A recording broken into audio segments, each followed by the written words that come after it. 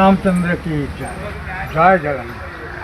आजिकार जुग को एआई जुग बोली कहले ठीक हम।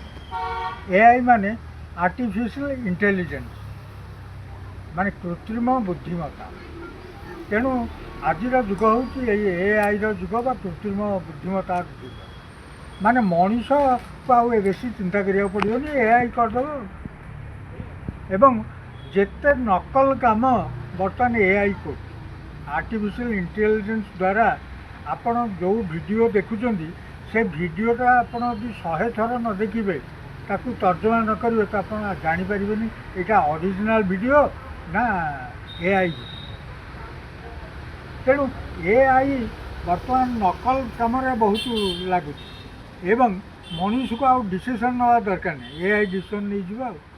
किंतु मोर गोटे कहया कथा जे एआई कौन गोटे कविता लिखिदेव।